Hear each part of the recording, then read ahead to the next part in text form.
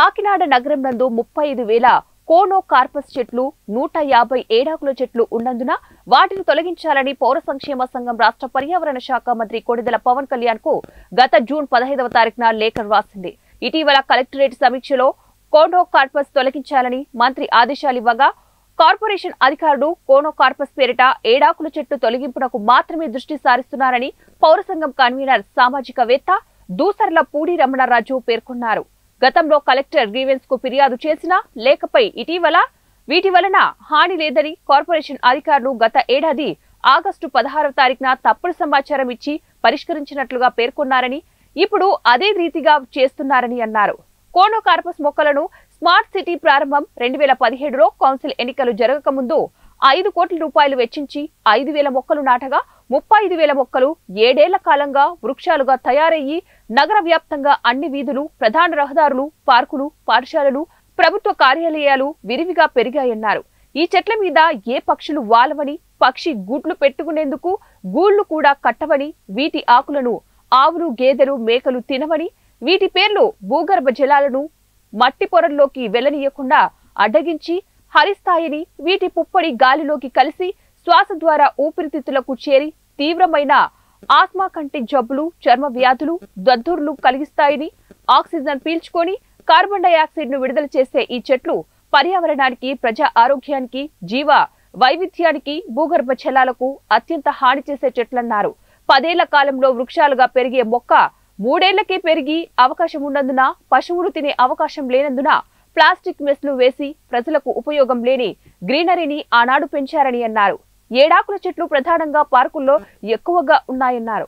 శీతాకాలంలో ఏడాకుల చెట్లు చోట భయంకరమైన దుర్వాసన 100 మీటర్ల పరిధిలోకి వ్యాపిస్తుందని, వీటి పుప్పొడి వలన అనారోగ్యం కలుగుతుందని, గర్భిణీలు గర్భస్రావానికి గురయ్యే దుస్థితి ఉందన్నారు.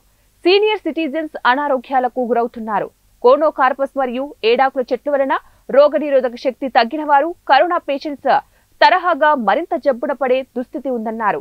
పర్యావరణవేత్తల ఉద్యానవన శాఖ, అటవీ శాఖ, వైద్య శాఖ రిపోర్టులు సేకరించి ప్రపంచ దేశాలు ప్రకటించిన హెచ్చరికలు, దేశంలో పలు రాష్ట్రాలు వీటి తొలగింపునకు చేపట్టిన నిర్వహణ అనుసరించి విషపూరిత డెవిల్ ట్రీస్ తొలగించారని పౌర సంక్షేమ సంఘం కన్వీనర్ సామాజికవేత్త దూసర్లపూడి రమణరాజు కోరారు. తొలగించిన ప్రదేశాల్లో రాష్ట్ర వృక్షమైనటువంటి వేప చెట్లను నాటాలని డిమాండ్ చేశారు.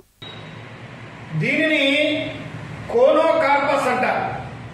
ఇవి విషవృక్షాలుగా ప్రపంచ దేశాలు గుర్తించాయి.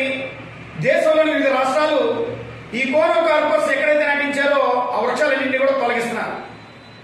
ఇవి ఏడాకుల చెట్లు, వీటిని డెవిల్ ట్రీస్ అంటారు. ఇవి ఏడాదిలో శీతాకాలం 3 నెలల్లో కూడా భయంకరమైన దుర్గంధం వ్యాపిస్తుంది. ఈ కోనో కార్పస్ చెట్ల మీద కానీ, ఈ ఏడాకుల చెట్ల మీద కానీ పక్షులు వాలవు. తమ పిల్లల్ని కాపాడుకోవడానికి గుడ్లు పెట్టే సమయంలో గూళ్ళు కూడా కట్టవు. ఈ 2 చెట్లు కూడా ఆక్సిజన్ తీసుకుని కార్బన్ డయాక్సైడ్ వదిలిపెడతాయి. 10 సంవత్సరాల్లో పెరిగేటువంటి చెట్టు 3 ఏళ్లకే ఏపుగా పెరుగుతుంది. ఈ కోనో కార్పస్ కోనాకారంలో ఉండి చెట్టు ఎంత ఎత్తులో ఉంటుందో అంతకు 3 ఇంతలు భూమిలోకి వేళ్లు కొని భూగర్భ జలాల్లో మట్టి పొరల్లోకి ఆ నీరు వెళ్లకుండా హరించి వేస్తుంది. రోగ నిరోధక శక్తి తగ్గిన వారికి అనారోగ్యానికి గురవుతారు.